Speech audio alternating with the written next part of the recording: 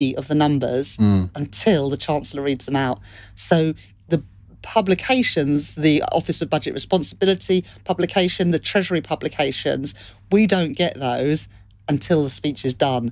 So we are flying blind, really. So you'll be sitting there while Keir Starmer's doing the response to the budget. You're sitting on the bench behind him, presumably flicking through all the papers and then slipping him notes. Yeah, well, during we have, I don't think I'm going to give away any state secrets here, but we have a WhatsApp group between Keir, myself, Pat McFadden, who's the Shadow Chief Secretary, and some of our staff who are back in the office, and they're listening to the Chancellor and saying, okay, he said this, he said that, delete paragraph, this, page 7, irrelevant, take it out. And we're doing that real time. So it's pretty stressful, isn't it, actually? In fact, the first one that I responded to was in October 2021, and the Chancellor at the time was Rishi Sunak, and he did this really long bit right at the end of the budget about all the different duties on different alcoholic drinks, and it was really, really helpful because he went on for about 15 minutes with much too much detail, but it gave me a chance to make sure all the pages were in order and I deleted the right bits, and I managed to add a bit to the front of my speech, which was this is a good budget if you are a banker on a short-haul flight sipping champagne, because I think that they had cut the bank bonus tax, they'd cut air passenger duty for domestic flights, and they'd reduced the taxes on champagne. So I managed to write this, the beginning of my speech, whilst he was going on at length. So if Jeremy Hunt does that tomorrow, I'm sure me and Keir will be very grateful. Right, I could ask you a lot of questions about your policy on all taxes, public spending, but I'm going to let our listeners do it. So let's go straight to Christina, who is in Stockport. Christina, hello, what would you like to ask? Hi there. So my husband and I are both teachers who have to rely on full-time childcare. Our salaries have been pretty static while the cost of childcare have massively escalated. What will you do to help us do more than just get by? Thank you very much for your question, Christina. And, like you, I'm a working mum. My children are both at primary school now, but it is really hard to balance a full-time job whilst also bringing up young children. And, I felt that especially in the earliest years of my children's life, because at the moment the free hours don't kick in until your child is 3, unless you're on one of the lowest incomes. And even when they're at school, and you'll know this, Christina, the time before the school day starts and after 3:15 or 3:30 when the school day finishes is really tough. It's why our Shadow Education spokesperson, Bridget Phillipson, has been speaking a lot about childcare and how the system is broken and we need to fix it. Now, there were rumours today that the Chancellor is going to do something in the budget tomorrow. Now, they're just rumours at the moment, but I can assure you, if there is a serious package tomorrow from the Chancellor, we will support it because we know the system is broken and we know it is a massive barrier for parents to go back to work. The number of parents, especially mums, who have said to me, it doesn't even make sense for me to go to work because every penny that I'm earning after tax is going to someone else to look after my children. And it shouldn't be like that. So in an ideal world, and if you were Chancellor tomorrow, what would you be announcing? Well, look, I've said that we have to account for every penny, and we don't know what the public finances look like because, as I said earlier, we haven't seen the numbers. But we would like a much more comprehensive package to help both preschool, and we have said on breakfast clubs, for example, there should be breakfast clubs at all primary schools to help parents, particularly mums, at the beginning of the school day to get to work, for 9 o'clock, which is not possible if you're dropping the kids off at 10 to 9 or 9. So, look, we want the government to do more. It looks like, and I hope, that there's going to be a package tomorrow. And if there is, and if it's a serious package that's going to make a difference to working parents, we'll back it. Now, some parents with 2-year-olds can get, I think, up to 15 hours of free childcare, depending on their circumstances. On your incomes, yeah. Would you be looking to widen the scope of childcare, maybe to more 2-year-olds and even 1-year-olds? Or would you be looking at increasing the amount of money that people can effectively have to subsidise childcare? So I've said until we see the numbers of what the public finances look like, we're not going to make a load of unfunded using that spending argument, commitments. You could be sitting here the day before the election is called and say, well, we don't know what the numbers are. Well, no, that's not true, because ahead of the election, we will have the most recent publication for the Office for Budget Responsibility. That will be published tomorrow. But at the moment, we're flying blind. We don't know what predictions they're making for economic growth, for tax revenues. But I would like to see, and Bridget Phillipson has spoken about how a lack of childcare is a big barrier for parents taking work, taking additional hours, getting a promotion at work. And also, you hear from a lot of teachers, I don't know what age kids you're teaching, Christina, and your husband, but I hear from a lot of teachers that many kids are not starting school with the skills that they need to succeed at school. And in other countries, particularly the Scandinavian countries, kids are school ready because that they've had that early years support. It's why Labour, in the last Labour government, created children's centres and Sure Start to give every kids a great start in life and to help working parents. Christina, I want you to come back on this, because I'm not sure you got an answer there beyond saying, well, we'll have to look at the books when we see them. Yeah, so it's interesting to hear the suggestions for certainly for children under the age of 3, which is something that I've previously talked about, as there is a gap between when you finish maternity leave and the age of 3, when you do get some funded hours, although you still have to subsidise those. But I still feel like maybe perhaps on the teacher side of things. So obviously we're both teachers. I teach 11 to 18. My husband's 11 to 16. What are your views on teacher salaries? Oh, 2 for the price of 1 here. Yeah.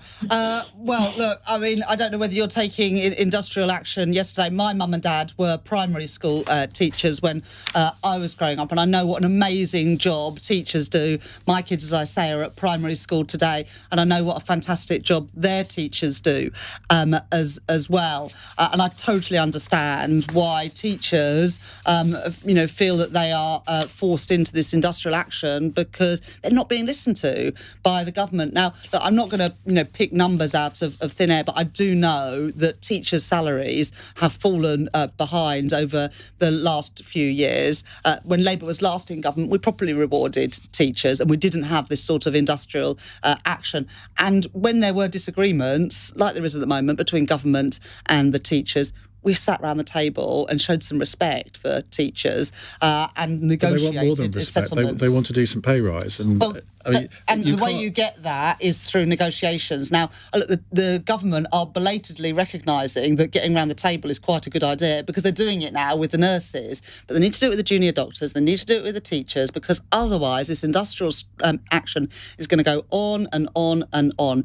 And it's not fair on the people who rely on schools to educate their kids. It's not fair on the kids. It's not fair on people who rely on our hospitals for treatment or the ambulances or whatever it is. And it's not fair on the people who work in these public services, who often for people who work in the NHS or in our schools, it's a vocation. It's something they're absolutely committed to, but they're not getting the respect they deserve today. Everything you've said in that answer, most people wouldn't have any contention with. Well, apart from maybe government ministers. But you haven't given Christina an idea of what you would do about teachers' pay. Well, Iain, come on, you know that I cannot pluck numbers out of thin air. That would not be the responsible thing to do. It's not what I would do as Chancellor, but what I would be doing is saying to our Education Secretary, saying to our Health Secretary, you've got to get round and get a negotiated solution. And that means give and take on both sides. But it means, as Chancellor, you would have to come up with the dosh to give the teachers a solution that they thought was equitable. Yeah, and part of that is about growing the economy. You look at the economy over the last 13 years, living standards have gone backwards. The average person is earning less now than they were when the Conservatives came into government 13 years ago. Our schools, our hospitals, our transport, none of it's working better. I mean, you'd be hard-pressed to say anything that works better in Britain today than it did when the Tories came to power 13 years ago. You've got to have an economy that's growing, like the last Labour government did, to to have money for public services in the way that the last Labour government invested both in our schools and in our hospitals, including wages for teachers. You're sounding and a little bit like Liz Truss, if I may say so, who... I'm not often accused of that. Well, she was the one that said you've got to grow the economy if we're going to sort of improve public services. Yeah, but and not pay through a people sugar more. rush. Her stuff was like a sugar rush growth plan. It was, cut taxes and somehow everything will take care of itself. And look where that got us, a massive financial crash. What we're saying is let's do what President Biden is doing in the US, where you've got a serious plan for investing alongside business in the jobs and industries of the future, because some country in the world is going to be the global leader in carbon capture and storage, in small modular reactors, in floating offshore wind, in green hydrogen. Why not Britain? Okay, but at the moment, other countries are stealing a march on us. He's got $1 trillion plan. Now, obviously, America's a bigger country than us. Are you saying that you've got maybe a $300 billion plan? Because if you have, we haven't heard much about it. Well, you have heard about our Green Prosperity Plan and our National Wealth Fund to invest alongside businesses in those jobs and industries of the future. And look, a good Chancellor's got to know when to say no, but they also must know when to make prudent investments to get a long-term return for taxpayers. Word there, prudent. Well, it's a good word, because a Chancellor's got to be prudent, but you've also got to have a plan for growing the economy, because you're not going to have the money for public services when you've got growth flatlining, and that's what we've had for the last decade or Christina, so. thank you for your two questions. We're going to come to Alice in Brighton in just a moment, but first let's take a break. It's 7:16 here on LBC. This is LBC.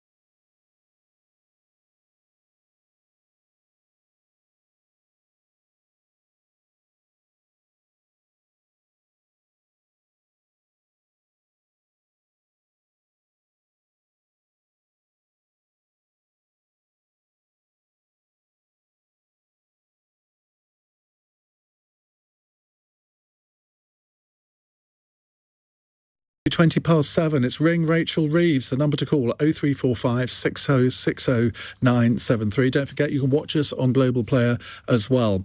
Let's go to Alice in Brighton. Hello, Alice. Hi there. Hi, Hello. what would you like to ask? Hi, Rachel. So I'm Alice. I'm a striking junior doctor, and I want to know, do you support junior doctor strikes, and would you meet the demands proposed by the BMA? Which is for a 36% pay rise.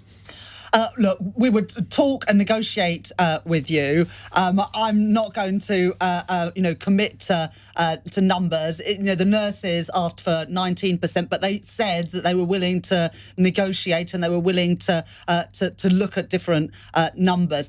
I know, Alice, that there's a number of reasons that you're taking industrial action, including the fact that so many doctors that I know and talk to feel absolutely exhausted and demoralised. There's a lot of people leaving the profession, either going to do something totally different or to go and work abroad where there's more money and fewer hours. So I understand why you're doing what you're doing. We've said, Labour have said, the cavalry is coming. We're going to train up the doctors and the nurses and the midwives and the health visitors that our NHS desperately needs. And we would do that by getting rid of the non-dom tax status, because if you make Britain your home, you should pay your taxes here. And we would use that money to invest it where it's needed in our NHS and in our childcare system. But as I understand it, you haven't committed to any extra NHS spending apart from that, and that would be, well, you tell me how much that would raise. Well, it's just over £3 billion a year to have one of the biggest ever expansions of the NHS workforce in its history. And it's an example of the different priorities that a Labour government and a Conservative government but as I'm sure Alice would confirm, there are many other challenges in the NHS, falling down ceilings in some hospitals, for example. It will need much more than £3 billion invested in the workforce, welcome though that might be. And of course, if you did accede to a 36% pay rise, which I'm sure you wouldn't, I know you're probably not going to say you. Well, are you going to say that you wouldn't? I think bandying around numbers. If we were in government, we'd be round the table. We wouldn't be going out on the airwaves saying one number or another. We'd be getting around the table and having the negotiations. But no responsible government could give in to a 36% pay demand, could they? I mean, let's face it. Well, look, I mean, even the nurses were only asking for 19%, and they were, well, it's a lot lower than 36, and they said that they were willing to negotiate if the Secretary of State would just get round the table. Would you at least commit to Alice and to all other junior doctors listening that over a period of the first term of a Labour government, you would restore earnings back to where they were back in 2010? Because that's their complaint. 26% of the 36% is to restore wages back to where they were in 2010, and the extra 10% is to take account of inflation over the last year.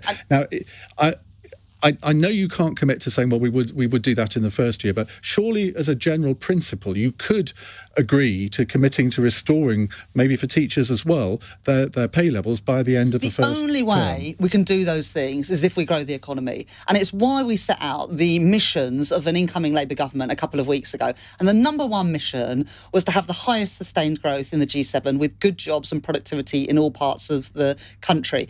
And that is so important because it is only through that economic growth that you can lift living standards and have the money for public services. If you do achieve that, then can you commit to Alice that you would then restore doctors' pay to where it was? Well, that would be a spending commitment. And I say to all my colleagues, you cannot make spending commitments unless you can tell me where the money's going to come from. But look, the last Labour government did exactly that. Yeah, but that was a long time ago. You can't just say, oh, because the last Labour government did it, we will do it too. Well, look, the last Labour government inherited public services that were on their knees, whether that was the NHS or our schools. It's why I got involved in politics in the first place, because my secondary school was falling down in the 1990s. Our library was turned into a classroom. There were never enough textbooks to go around. And I felt very strongly the government didn't care enough about schools and communities like mine. We turned things around then, and we will do so again. Alice, are you satisfied with that answer?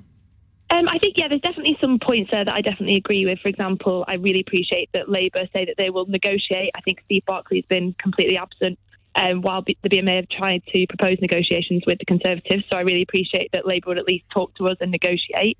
I think number two, I agree with Labour that we need more positions, but I think a huge thing that we need is retention of the junior doctors that we've got.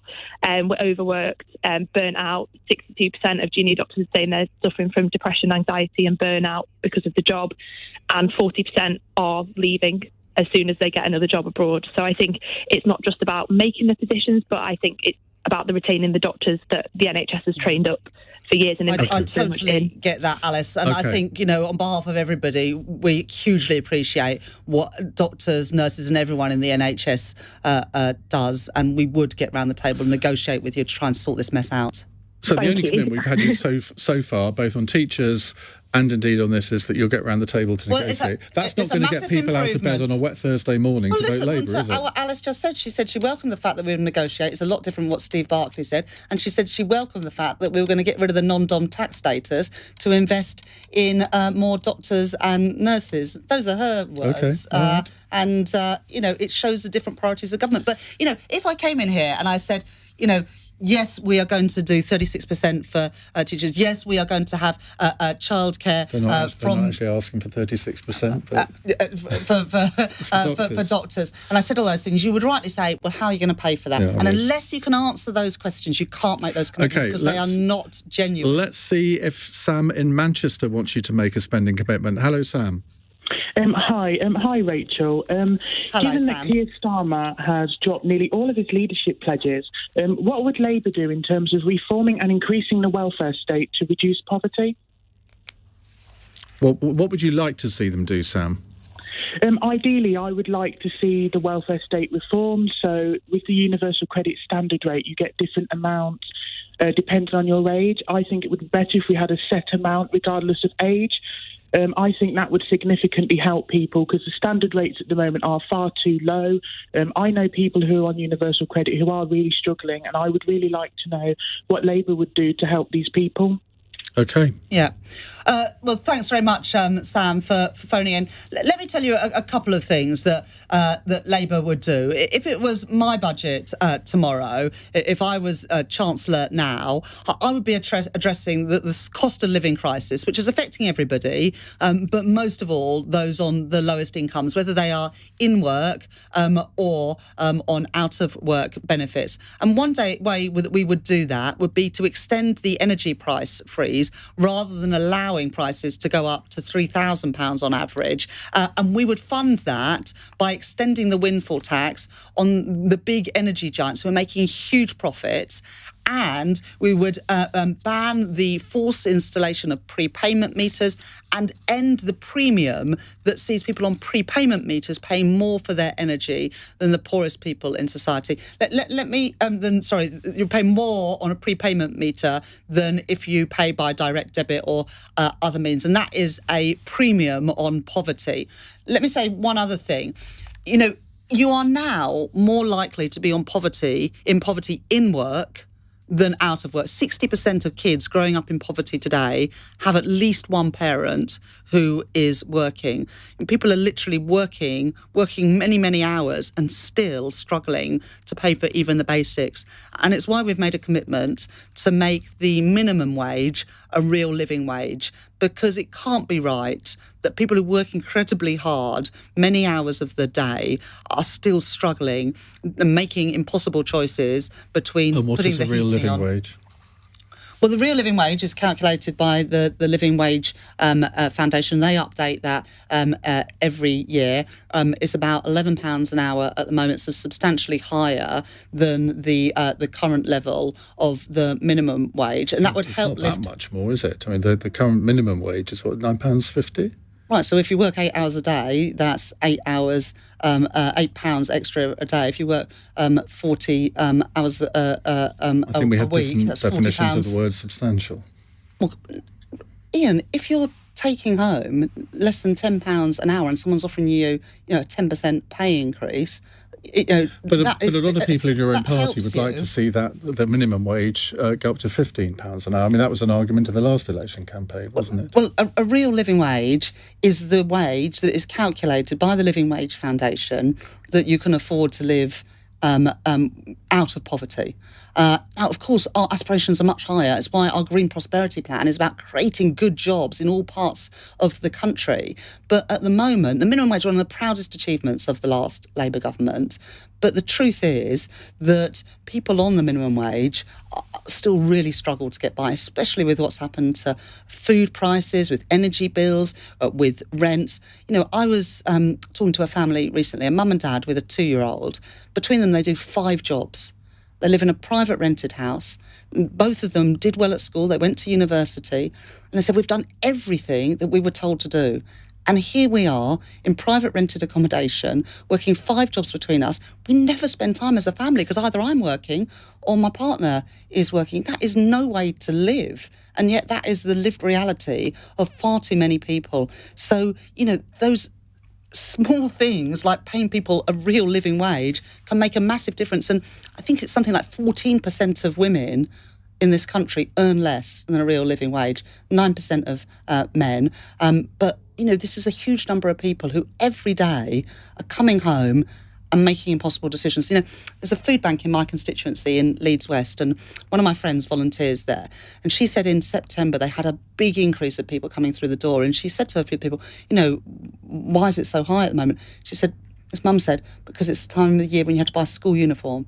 And I can't afford the school uniform and also to put the food on the table every day a week. I mean, it is heartbreaking that those Simple sorts answer of to decisions... that, abolish school uniforms, but that's a hobby horse of mine. I don't. Sorry, I disagree with that because, school uniforms are often a lot cheaper, but also... Are they? Yeah, well, our school, where my kids go, and the schools in the constituency, the schools work really hard to keep those prices down. But also, I remember when I was at primary school and we didn't have school uniform, and you could tell whose mums and dads were in work and who weren't by the sorts of clothes that people were wearing. And the great thing about school uniform is it is a leveller. But we've got a fantastic school uniform bank in my constituency where people donate. I just don't know how the German education system survives without school uniform. Well, I'm just telling you about I know. my experience. Right. We could have a whole phone I shouldn't have introduced that. But we are going to go on to a different subject in a minute with Helena in Nottingham. Keep your calls coming. 0345 6060 973 is the number to call. 7:32 on LBC. Amelia Cox has the news headlines. Moscow has denied causing a US surveillance drone to crash into the Black Sea. The US military says a fighter jet dumped fuel on the unmanned device and hit its propeller in a reckless and unprofessional act. The Shadow Chancellor has told LBC Labour will back a serious package of childcare support if it's announced in tomorrow's budget. It's understood Jeremy Hunt could extend 30 hours of free childcare to 1- and 2-year-olds. And a woman who lied about being the victim of a grooming gang has been jailed for more than 8 years. 22-year-old Eleanor Williams made the false allegations in a Facebook post in May 2020. LBC weather, some lingering showers in central and eastern areas tonight. The far north will see wintry showers, a low of -7. This is LBC.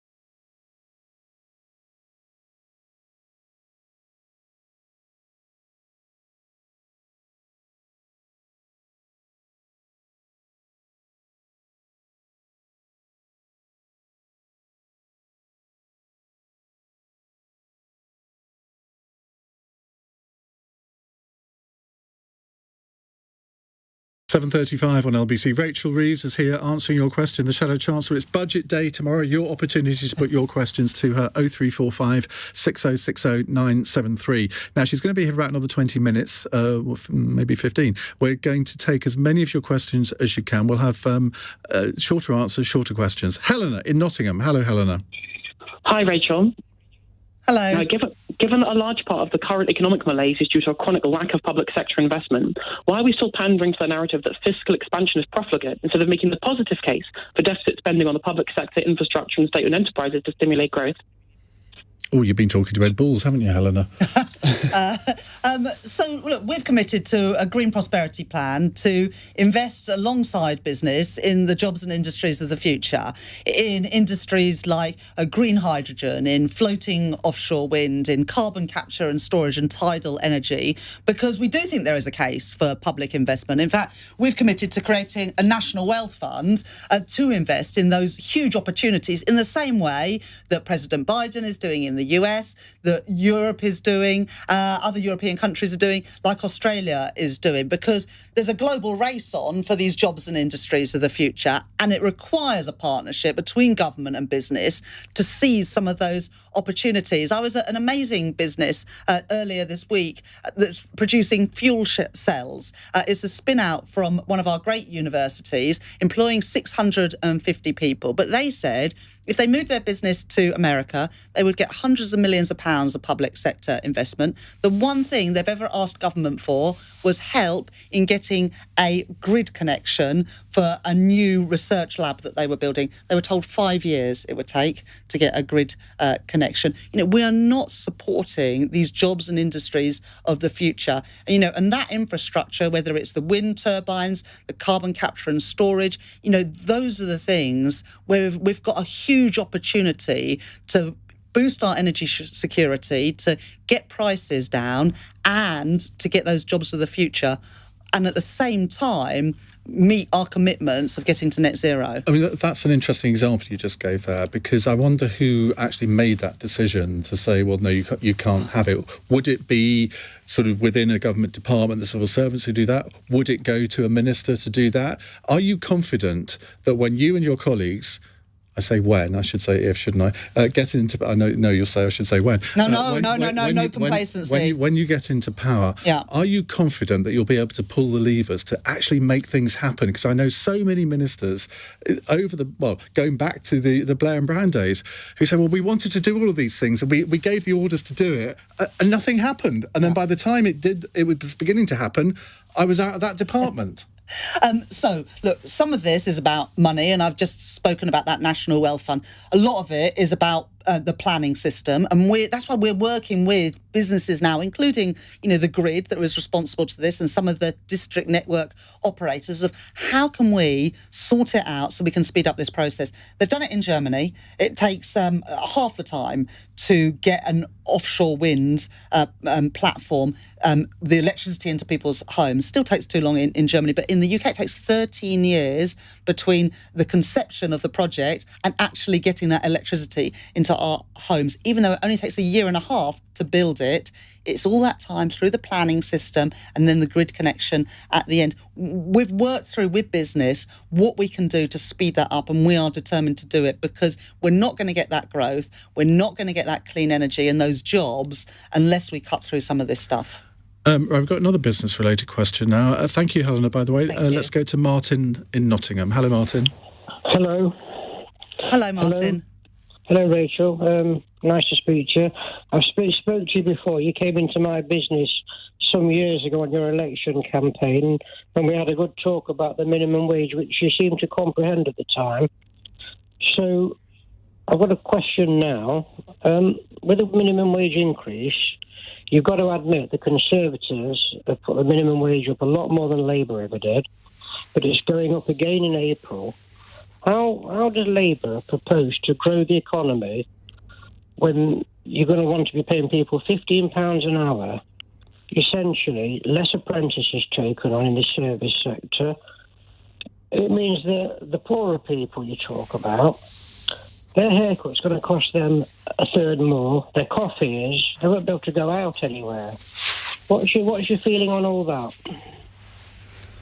Well, look, we're not making that commitment to increase it by a third. I think just in the conversation there with Iain, I set some of that out. But look, people don't have money to spend in the economy at the moment because people are earning so little that all their money goes on the weekly food shop and the energy bills and the rent, and there's nothing left for spending on the local high street. So some of this is about boosting the amount of money that's available in the local economies. And look, I do think it's right to say that if people go out and work, they should be able to afford the basics, and that's not happening today. Now, on apprenticeships, Martin, look, I agree with you. We need to be helping more young people go through the apprenticeship system, but also we need to do more to be retraining people for some of the jobs and industries of the future.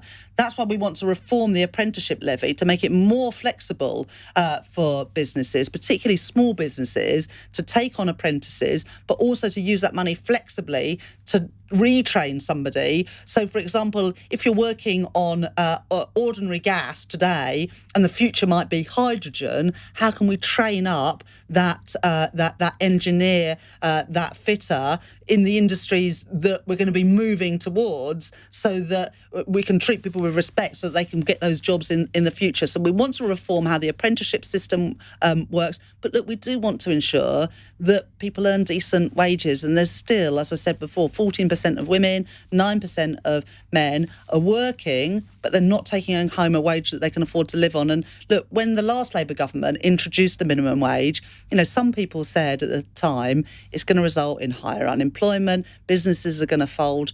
That didn't happen. We had record increases in employment, and also we lifted 1 million kids out of poverty. And I'm really proud of that record, but the minimum wage has got to keep pace, and that's why we want to turn it into a real living wage. Would you accept, though, that, as Martin said, under the Conservatives, it's gone up from £6 an hour to nearly £10 an hour? That's quite a substantial rise in that period.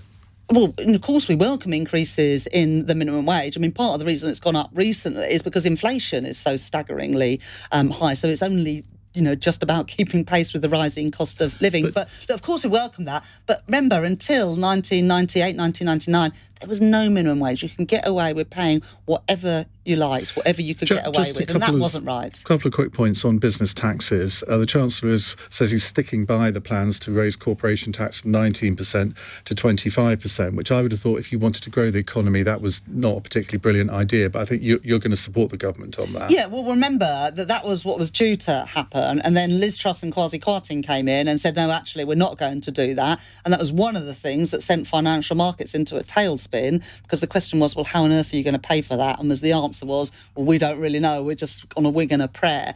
So look, everything has to be fully costed and fully funded. But I think there's a really strong case for better supporting investment. So I said in a speech last week to the manufacturing trade body that if there is money available to support businesses, it should be with investment allowances. Because the way we grow the economy is if businesses invest and then create those jobs. And so instead of an across-the-board cut in corporation tax, any money available we would like to use. Well, it wasn't going to be a cut, was it? Because, corporation tax is 19%. So this is actually quite a dramatic Yes, but what increase. I'm saying, if there's any money available, instead of cuts to that headline corporation tax from 25% downwards, I would rather use that money to incentivise businesses to invest. Would you accept, though, if corporation tax rises above 25%, that would act as a real disincentive? We've already had AstraZeneca saying that they're going to build their new plant in the Republic of Ireland because their corporation tax, I think, is 15%. If it goes over 25%, there would be a real disincentive. So would you commit to corporation tax not rising under a Labour government beyond 25%? So what we've committed to is keeping corporation tax competitive. Now, at 25% is still the lowest in the G7, so lower than America, Germany, France, Italy, Canada and Japan. But here's the thing, even though we've had corporation tax much lower, we've had the lowest investment in the G7. And that is because businesses have not been incentivised through the tax system to invest. And also we have not had that stability the last few years. years in Britain. And what businesses say to me is they need that stability, that long-term certainty, and that partnership approach that I spoke about give them in the that answer to certainty. Helena. Rule out corporation tax rising beyond 25%. That would give them certainty, wouldn't it? Look, I've said we want to stay in the pack. We do not want to have the higher corporation tax than other G7 economies. I'm happy with 25%, but what I can commit to is where there is money available to use it to encourage the investment that we need to grow the economy. Because I come back to that. We've got to grow the economy if we're going to lift living standards and have the money for public services. Martin, thank you. Let's go to David in Enfield. David, what's your question, please? Yeah, good evening, Rachel. Hope you're well. Hello, David.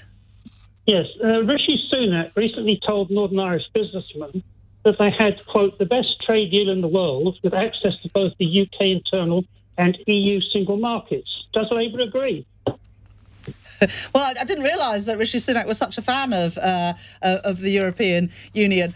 Look, it is clear that the trade and cooperation agreement that the Tories did with the EU a couple of years ago is not working well enough for British businesses. Now, look, the vote has happened. We've left the European Union. I don't want to reopen that because I think it was incredibly divisive for us as a country. But there is now a review of the Trade and Cooperation Agreement in 2025. I hope that Labour will be in government by then. And we've started to set out some of the things we want to do to improve upon the deal that we've got. That would include a veterinary agreement to help our fantastic farming and fishing industries to trade and reduce those barriers at the border. It would mean the mutual recognition of professional qualifications to help our services sector, which is the biggest part of our economy. We want our universities, which are the best in Europe, to be able to take part in the Pan-European Horizon Research programme. And we want to help our creative industries, who at the moment are struggling to tour around Europe because of the bureaucracy. That's what we want to use that review to do, because we know that the deal that we've got today is not working. I welcome the fact that there's changes to the Northern Ireland Protocol, but there needs to be other changes to make sure this deal works properly for us. There was a poll out today that shows that Labour is now ahead in all of the red wall seats. They voted Conservative at the last election predominantly because of the Brexit issue. That's what most people think. And the fact that Jeremy Corbyn was the leader of the Labour Party, I think, was probably the biggest issue. I'm sure you said that at the time, but we'll take that. Well, I think well, actually, I think you did say that at the time, to be fair. Thank you, Iain. But will you commit now and reassure the red wall seats that you are not going to go back into the single market at any point? We're not going to go back into the single market. We're not going back into the customs union, and we're not bringing back free movement of labour. Those are our red lines, and we do not want to reopen that Brexit debate because it did tear us apart as a country, and for years and years we've been talking about nothing else, and that has not been good for our economic prospects either. But we want to make practical changes to improve this deal for businesses, for working people, to bring in that investment into the country and to help us export more around the world. Our time is up, Rachel. Thank you very much. No. And I know, we could go on for hours, couldn't we? But we're better not. Thank you very much for coming. We'll see you next month as well for another phone-in on LBC. Don't forget, cross question at 8 o'clock. The lines are open for that now. 0345 6060 973. I'll tell you who the panellists are in just a couple of minutes' time. It's 7:49. LBC.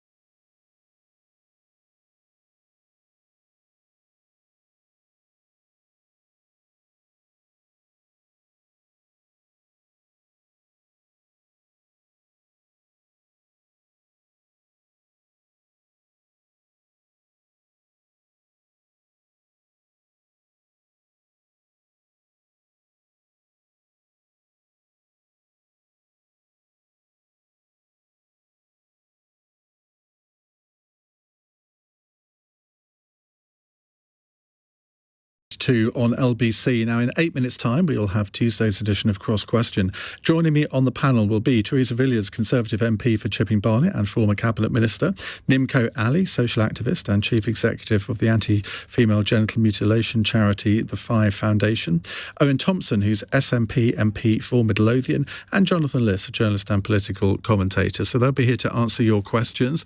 Now, you might want to ask about some of the issues raised in Ring Rachel Reeves over the last hour. Maybe the budget tomorrow, which is expected to hand a big cash boost to retirees. A man has been banned from all football stadia in England for sending online racial abuse to a player. A culture minister says public support for the BBC licence fee is declining. Labour says a leaked document shows the new delay to the HS2 rail project will actually increase costs. So lots to get your teeth into there on Cross Question. The number to call 0345 6060 973. You'll be able to watch on Global Player as well as usual. You can text your question to 84850 or say, Alexa, send a comment to LBC. Now, before we come to tonight's Cross Question, let's hear a little of the latest episode of my newest podcast, The Irish Taoiseach. And in this episode, I'm joined by the brilliant journalist and broadcaster David McCulloch to discuss the life of the longest-serving Irish leader, Eamon de Valera.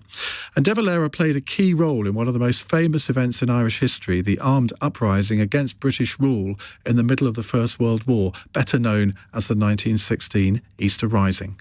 He was commander of the garrison in Boldon's Bakery, and he was loath to delegate anything. So he was not sleeping. He was rushing around the place, making sure that everything was being done correctly to his own specifications. And he seems to have, as I say, had some kind of a nervous breakdown brought on by exhaustion, not through any form of cowardice. He never lacked physical courage, in fairness to him.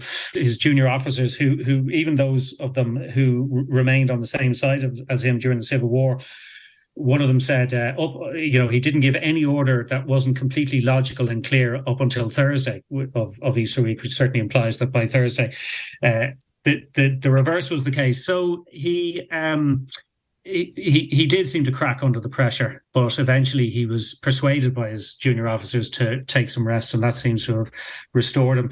The actual garrison that he commanded, an outpost on Mount Street Bridge, inflicted heavy casualties on British soldiers coming in from Dunleary into the centre of town. But the actual main garrison in Boldon's Bakery had relatively little to do during the course of the week and was well set up to continue holding out. But on the Sunday morning, Pearse's surrender order came, and despite the objections of some of his men, de Valera surrendered the garrison to the British. Now, he was one of the few leaders of the Easter Rising not to be executed. How did he escape execution? Through sheer good luck, as it turns out. When the garrison at Boldon's Bakery surrendered, they were marched out, and instead of turning right to go to Richmond Barracks, where courts martial were being held, they were taken to the left to the RDS, where they waited for a couple of days before transfer to Richmond Barracks. So by the time de Valera arrived at Richmond Barracks, there was a big queue ahead of him of people to be court-martialed. So he was eventually court-martialed and he was sentenced to death. By the time he was sentenced to death, the executions had begun, and the public backlash to the executions had also begun. And Asquith and the Cabinet in London got cold feet about the number of people who were being executed and ordered that the sentences be commuted to life imprisonment instead. So de Valera survived through sheer luck. There was a persistent theory that it was because he was American born and the British didn't want to upset the Americans at that stage. They hadn't entered the First World War yet. But actually, it was just due to timing. Another battalion commandant who was sentenced to death on the same day as him also had his sentence commuted, and he had nothing to do with America. So it's timing rather than where he was born. So he was sentenced to life imprisonment. Along with other prisoners, he was transported to Britain, taken to Dartmoor, marched in through the gates. The gates closed behind him, and as far as he was concerned, that was it. That was the end of him. He didn't expect to see freedom again for a very long time, similar to Fenian prisoners who'd been imprisoned 20 or 30 years subsequently. People like Tom Clark, who survived to fight in the Easter Rising and be executed afterwards, but they had been locked up for decades, 10, 20, 25 years, and de Valera fully expected that the same would apply to him. But he wasn't in prison for very long, was he? I mean, he was in, I think, Maidstone and Lewis prison as well as Dartmoor, but he was released. Why? He was, because the British government were trying to, I suppose, appease Irish nationalist opinion. And these guys who had been sent, first of all, the people who'd been, a lot of the people who took part in the rising were taken to Wales, to a place called Frongoch. And in turn there, they were released before Christmas of 1916. And then De Valera and his colleagues were released in the summer of 1917. So a year or so in prison as opposed to life imprisonment. And basically the thinking in London was that if they released these prisoners, it would reduce public disaffection with their government, and that perhaps they would be able to recruit more troops into the British Army. And that's the Irish journalist and broadcaster David McCulloch discussing the role of Eamon de Valera in the Easter Rising and how it was only good fortune that allowed